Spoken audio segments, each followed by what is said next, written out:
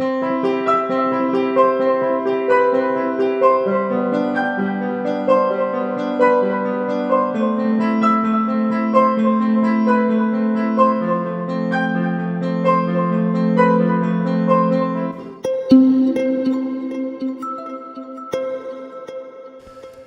hello and welcome to another session of Family and Community Focus. I'm Kevin Miller, your host, and with me today is Dr. Lori Till. She's an Associate Professor of Hospitality and Tourism Department at SUNY Buffalo State.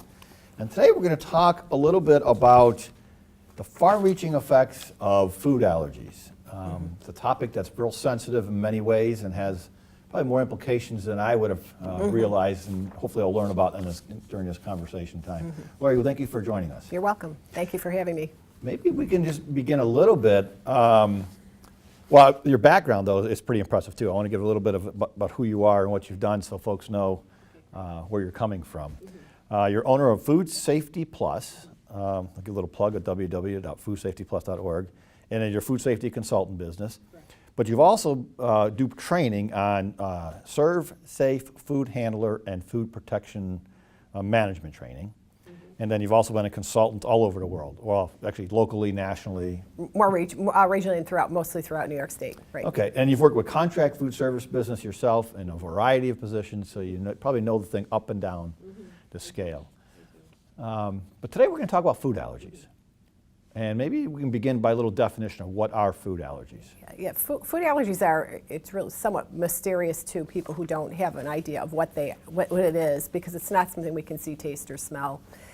But a food allergy is, if we could liken it to not quite a disease, but when somebody has a disease, their immune system will ramp up to fight that disease that is affecting them physiologically.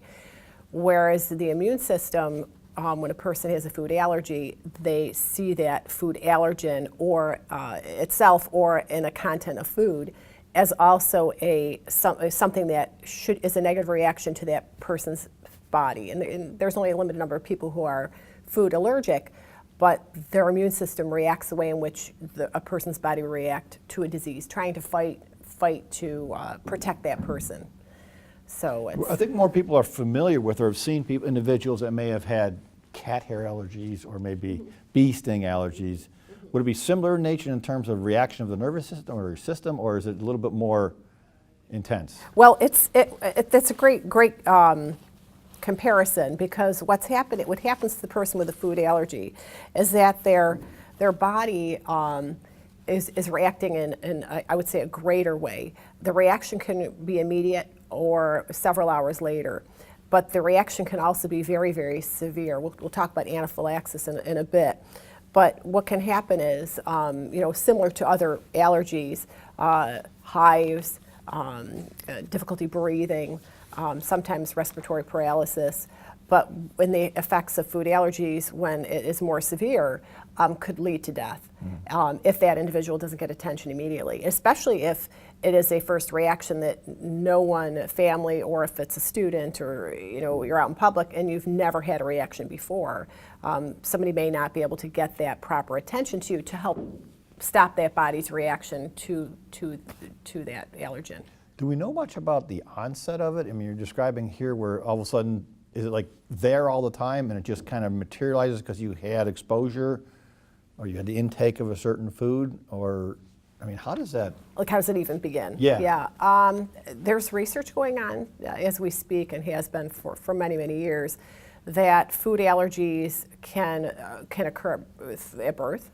I believe it's 4 to 6% of children have a variety of different food allergies, and sometimes food allergies will come on, have an onset as an adult without any warning, and that's about 4% of adults will have food allergies, to specific food allergies. So, and there is actually no connection as far as heredity either. So you could have a family that has never ever in the whole lineage of a family tree ever had food allergies, and then all of a sudden a couple will have a child that starts mimicking these reactions to food that they've never ever experienced ever. So it's a whole new world.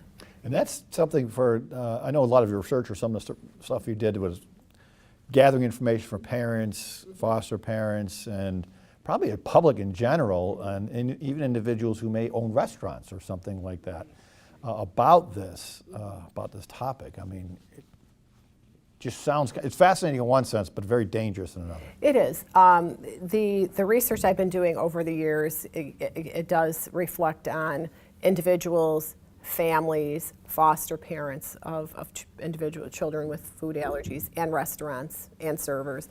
And it's frightening because on all fronts, this reaction could happen without warning, or the individuals who have that food allergy, they're aware, but they are walking into this arena or environment never ever knowing if this food allergen is on a surface, airborne, through vapors, or if they're eating something from a surface that was not properly cleaned and sanitized. So it creates a whole different social structure for someone who has a food allergy, not only for the family or parents of children, but the person themselves. And so social settings, which was another research project I had reviewed, become more anxious, so to speak, because that person never knows really what they're walking into. It's always in the back of their mind, could I have exposure?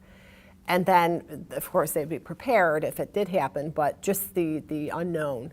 So I think it can affect people socially. In fact, one individual I had interviewed has a child that has peanut allergies, and so she was part of a movement to have, at the ballpark in the city, to have a peanut-free zone for families. So now that's an area, now families who have children who have peanut or nut allergies can go in there and be assured in this section that there's not somebody next to them cracking open peanuts, and then there's exposure. That may be one of the more common ones you hear about in schools. I'm being a former teacher myself. You always get these things about allergies, and then you have to really make sure. Even walking the hallway near the cafeteria or something like that, if they were having something of that nature. Right. Well, I'll tell you what's happening. I'll address that, and then maybe we could talk about the different food allergies themselves. But peanuts, absolutely, peanuts and tree nuts tend to be the one that we hear the most of. But in school settings, in my research, they struggle always. When a child goes through the intake forms, the health forms and so on, they will have, there's a section that does, is your child allergic to? And then that will go through the medical office of the nurse, and then that individual will meet with the parents to find out what protocol, and should they have an EpiPen available in the event their child has had exposure. But even if you take all those precautions, you still have this person who's in an environment that is fraught with potential food allergens. What some schools will do, they will actually have peanut-free zones in the cafeteria where that child can only sit with a designated friend that does not have anything with peanuts. So it is, again, now for that arena, it's in the back of the mind of the administrators and the teachers and the nursing staff, to make sure that child's always safe. So it changed the landscape of everything. So one of the things we were talking about earlier was the number of people, or do we know how many individuals in the United States have food allergies? So nationally, there is a group called Food Allergy Research and Education, and they track numbers. I've seen as low as 14 up to 50 million people who have food allergies, and we have about 330 plus million people in the country. So it's a fair number of individuals. And as I said, children can have food allergies at a very early age, from birth or earlier age, and adults have an onset at some point. So that number can oscillate a bit. So I think it's pretty close to I'm going to say probably 40 million individuals. Yeah. That is a lot. It's a fair number of people. Very fair. So you mentioned some of the food allergies, we were talking about peanuts and tree nuts. What other ones, or what kinds, what are maybe the top food allergies that we know about? Yeah, so the research shows that there's 8 particular food allergens, of which 90% of these situations occur. There's another 10% of what we would call a little bit more unusual food allergies, but the typical 8 would be eggs, milk, and these would be also not only that item, but products that are made with that particular food item. So eggs, milk, peanuts, tree nuts, fish, shellfish, wheat, and soy. And as I said, and components of those foods, not only in it of themselves, but if they were in the ingredients of a food item. So those are the top 8. So even maybe, would protein shakes be something that I'm just thinking about this day and age when we have a lot of stuff like if that. If there's a dairy component or an egg component, absolutely. Yeah, I think that's the difficulty, is that there's so many foods that are made with components of these food allergens that if the food allergy afflicted is not looking at every single ingredient list or watching the behaviors of those who are preparing their food, it often ends up being that the person who's a food allergy sufferer just chooses, it's just too difficult, so they choose not to dine. Or they'll pack something and dine out, but bring their own food. Because so many of these foods are readily available in any venue you go to. So yeah, so for instance, one of my clients is Tim Hortons. So they have there's a lot of franchises in this region. And when I do the Serve Safe training for that group, I often kind of pick the brains of those who I'm training to get more of the insights of what's happening in the field. And their concern is that they'll have clients coming in saying, I'm allergic, and basically if you walk into that venue, there is a sign that says, if you are allergic to peanuts in particular, we cannot guarantee. Because it's around, we call it cross contact. It's going to be on surfaces and end up in food. So basically they're saying to that population, if you're allergic to peanuts or even tree nuts in any of that range, you can't dine here. You are at risk. So they cannot sue them. I mean, it's a very litigious society. So the idea that if you don't disclaimer everything, somebody's going to walk in, if they have a reaction, their first reaction may be to sue. So businesses are on the edge from that as well. So there's really two major, or maybe more than that, but you've got the person who's got the allergies, right, and all the family members and all that kind of stuff. And then you have the businesses that are trying to serve the general public and trying to do good stuff and offer high quality food and all that good stuff. And they've got to cover themselves as well. Exactly. So if there was another piece of research that I did looking at, and it was hundreds and hundreds, the number maybe 400 some odd menus. I looked at menus with students as part of a research project, and we were looking to see if menus had indications of, if you have food allergies, or showing this has this food allergy ingredient. And I think it turned out to be about 3% had any minor notification. So when the food allergy afflicted goes to dine out, what they need to do is tell the server, I have food allergy, and then they ask questions about the content of food, and so you begin that conversation. But my suggestion would be to get the manager. I would not start with the server. I would get the server to get the manager, so the manager can shepherd the entire service, not only from the order, but putting the order in and then literally getting the order to that guest. Because at any point in that process, there could be cross contact from hands, or again, we mentioned airborne, or one instance that happened, and it was actually in this region, there was a family with their son. He had a wheat allergy.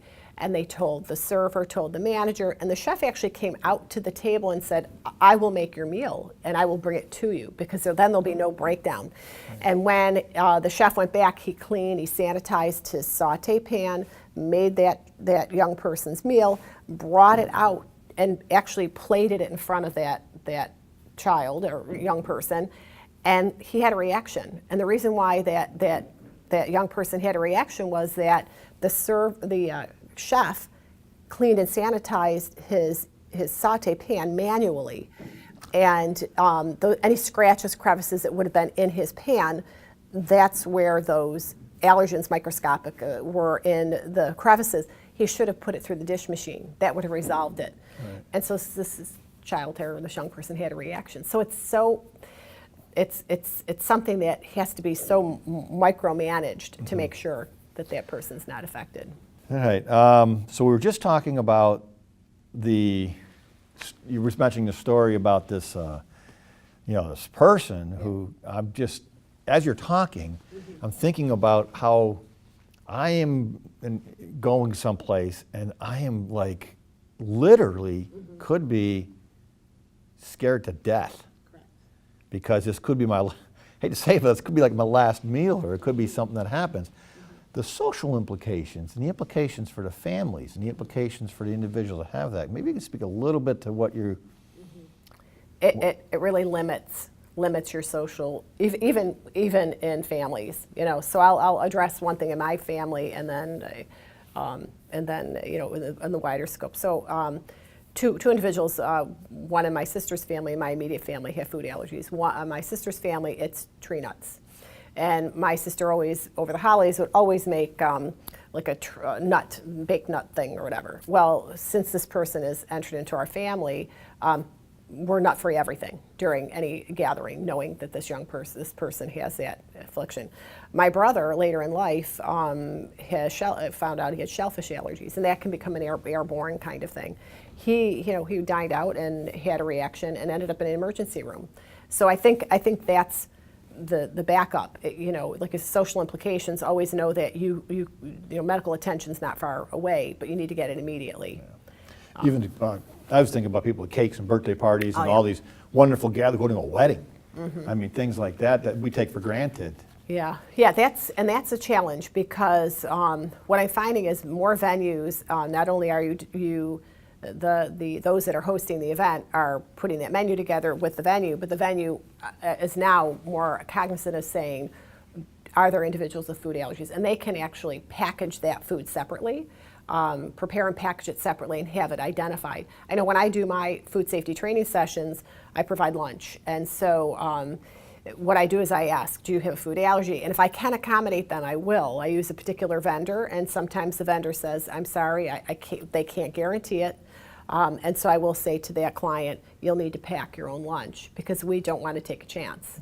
So I think it's more open communication and just letting other people know, you know, if we can't accommodate you, we're only being honest for your safety, and not pretending that, oh, sure, we can, you know, just wipe it off and you're safe. Yeah, because the range you're talking about is quite extensive. Very Everything much. from the celiac and gluten-free kind of stuff Correct. that people are into, to literally life-threatening. Correct, yeah. And so the challenges this presents, you mentioned a little bit about the food and beverage companies and that kind of stuff. What kind of strategies are they using? You know, I know you mentioned they put a sign out there.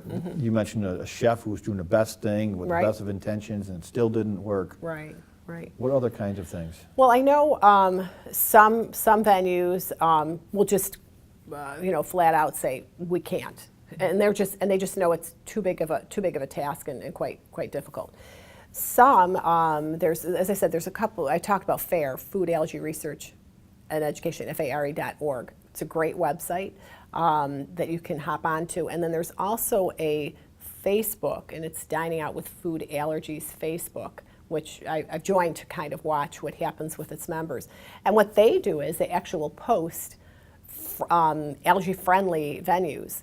So then people can jump on and ask questions, and there are a number of companies that have really embraced this population and have assured that there will be no problems with food allergies because their staff is so attuned. And that, like, so for instance, there's a couple I can think of, they've become completely peanut and nut free, which is a fair population of those that are suffering from food allergies. So they have created a menu, so there's no problem with airborne, cross contact, or any mistake, because there's no nuts, no tree nuts. So someone who suffers from those food allergens can go in and know, I can walk around here and not worry about anything. So if a company can eliminate, and I would say nuts and tree nuts, it's not too hard to do. But when you're getting into eggs and wheat and soy and some of the other food, that's a little more difficult to pull out of a menu. It's doable, but it's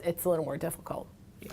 We're starting to get our time, believe it or not, Okay. is winding down real quickly. Well, what have I not hit topic-wise that you think is important for folks to know or understand? Or I think the one thing people need to realize is that when an individual says that they are food allergic, they should be taken seriously. Even though we again can't see, taste, or smell, we have to appreciate this person coming forward and saying this. Some people won't say it. They feel as if they're in the minority, and they don't even want to mention it, but they need to. So I think when somebody comes forward and says that, we have to respect them for it. And we have to do our best to make them feel comfortable, and that we'll do our best not to put them in a risky situation. And if there's ever a chance, let them know, maybe you shouldn't have this, or just to be, we have to have an open line of communication. And the other thing we have to keep in mind is that there's some food allergens people can outgrow. Some you'll have for life. So it may not be forever. Sometimes it's, again, and also working with medical professionals that can work with you. And the last item I would like to mention is that, in the event that somebody is having an allergic reaction, the best resolution for that is using an EpiPen.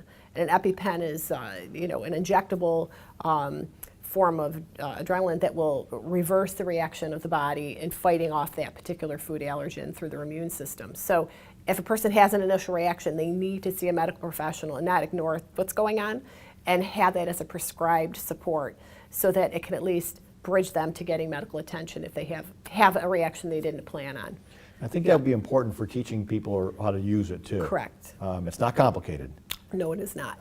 It's not. However, if you have a babysitter coming and Correct. you want to go out as the parents, and Yes. it's a child, when your kid, or you're going somewhere and that kind of stuff, and you happen to have to go to the restroom, Correct. it sounds kind of minute and that kind of stuff, but that could be enough time. Correct, correct. And I know schools in particular, when I did my research on the K through 12s, they will have an EpiPen on site with the medical professional that's been, issued by the medical provider of that child through the parent. So it's there, they have it available at the ready. But again, it's the number one device that's used to stave off or at least kind of hold back those symptoms. And it is life-saving. Yeah. So what we're going to do is, at the end of this video, you gave us some websites and that kind of stuff, so we're going to put some of them up. Good. So people can have some resources to look at and explore a little bit further on this and what to do and where to turn to, maybe even menu options. I don't know if anybody does that kind of stuff. Yeah, there's something in there. And also what I will say too is on the FAIR website, which is one of the sites provided. What name it and again? FARE.org, Okay. FAIR.org. There's also, which I think is important to do, to look at, is the testimonials of those who are food allergy sufferers, but also those who've lost their lives due to exposure, and exposure that was not warranted or predicted. It just happened in that circumstance. And there's a range of ages from young to old, and it just gives them at least some notoriety to say what we're doing is important, and on behalf of them, we'll continue to fight the cause of food allergies because they lost, so to speak. And it's also, you're not in this alone. Absolutely not. So other people have gone through it, and let's learn from them, Yes. so you don't have to be the first to learn about something Correct. that's already been learned. Correct. And there's also great videos on there too. So you've got families talking and parents talking and children, and it makes it real, more so than just reading it, in text. So. Well, I could go on for a long time with this Yeah. because it's fascinating. Also knowing folks that have allergies, whether it's peanut allergies or lactose allergies or all different kinds. But I've been enlightened. Good. Well, I'm glad I've been able to provide some information. It's a starting point. Yeah, it is. And we thank you for joining us on another session of Family and Community Focus. And thank you, Dr. Till, for You're joining welcome. us today. You're welcome. And we look forward to seeing you again.